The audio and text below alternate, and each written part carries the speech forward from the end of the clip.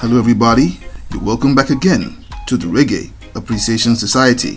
They were the artists who burst into our consciousness with extremely brilliant, bright and infectious reggae anthems that ruled the dance floors as well as the charts. Performers of unforgettable songs that rank among the greatest in the genre, but somehow these were artists who are unable to repeat the magic with subsequent releases, ultimately falling into the category of one-hit wonders. A one-hit wonder is essentially an artist who achieves great success and popularity off just one exceptional hit song. They may release subsequent great music, but are mostly known for just one smash hit. The reggae artists that we refer to as legends typically build their legacies over the course of years or decades, single after single and album after album. But every once in a while, some artists shoot up like rockets into the conversation. In today's video, we are taking a look at the top 7 one-hit wonders of reggae music. But before we dive in, it's important to note that being termed a one-hit wonder isn't necessarily a negative description, as it takes exceptional talent to achieve even one hit song that becomes an absolute classic, loaded with enough quality to stand the test of time. So let's dive into this. Number 7. Althea and Donna.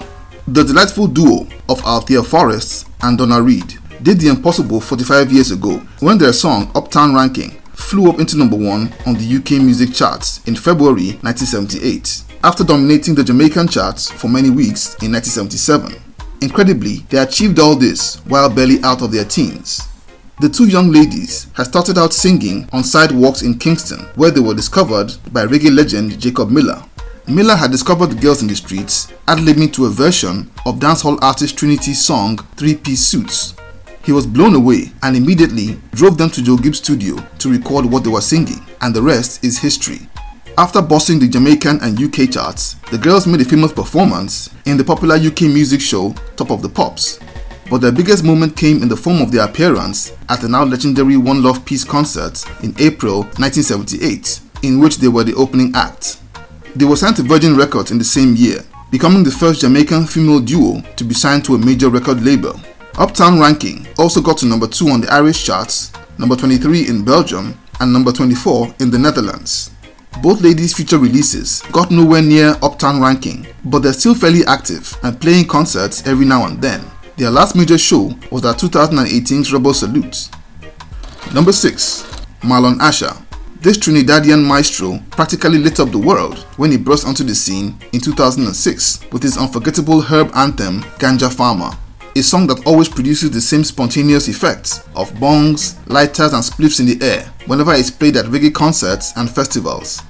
Asha had grown up as a member of the Baptist church in his neighborhood and became a member of the choir before converting to Rastafari. He had been a carpenter and bricklayer before leaving after losing a finger and suffering allergies on building sites. A lifelong fan of reggae, he went into music and, inspired by a crackdown on herb in his country, he wrote and performed the song Ganja Farmer. The track exploded out of Trinidad and Tobago, swept across the Caribbean, up into the US, Europe and Africa, becoming the biggest reggae song of the year. An absolute monster hit that made him his country's first legit reggae superstar. He's since released subsequent songs of great quality, but certainly nowhere near the heights of Ganja Farmer. Number 5. Penn. This beautiful Jamaican veteran had been in the music industry for almost 4 decades before releasing her epic smash single You Don't Love Me No No No in 1994. She started making music during the rocksteady era and in 1967 recorded the track that would later bring her immense success. Though she consistently recorded for various producers, she failed to get a real break and quit the music industry in 1970.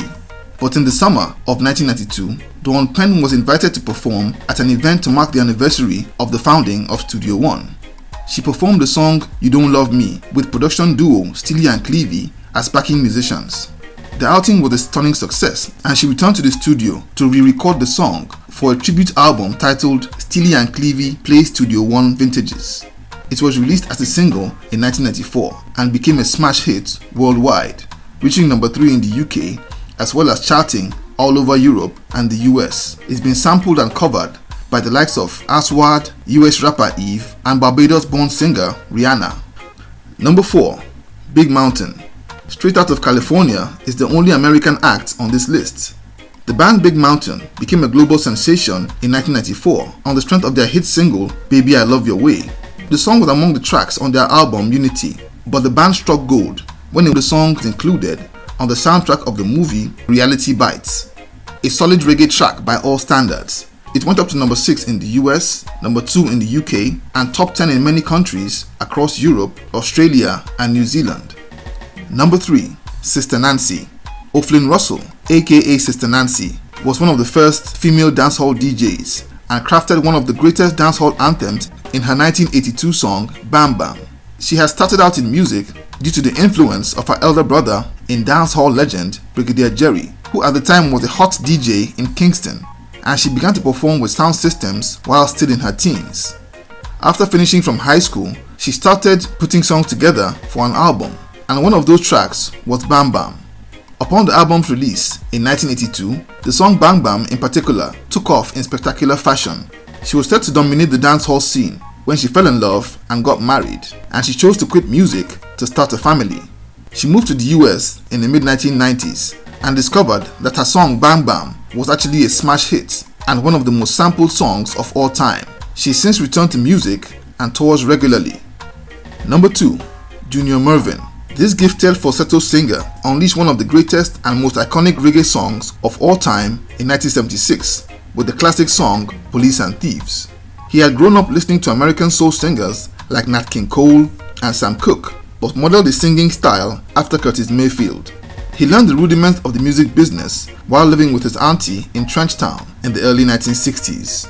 And after paying his dues, recording with several producers, and performing with different bands in Kingston, he successfully auditioned for Lee Scratch Perry, and a few weeks after, he wrote the song Police and Thieves that became one of the ultimate creations of Perry's Black Ark Studios.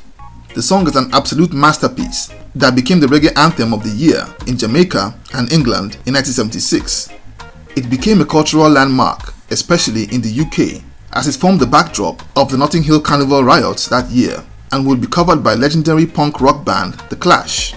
The song was belted out with Junior Murvin's exquisite falsetto and powered by an elite all-star backing band of Sly Dunbar, Boris Gardner, Ernest Ranglin, and Keith Sterling.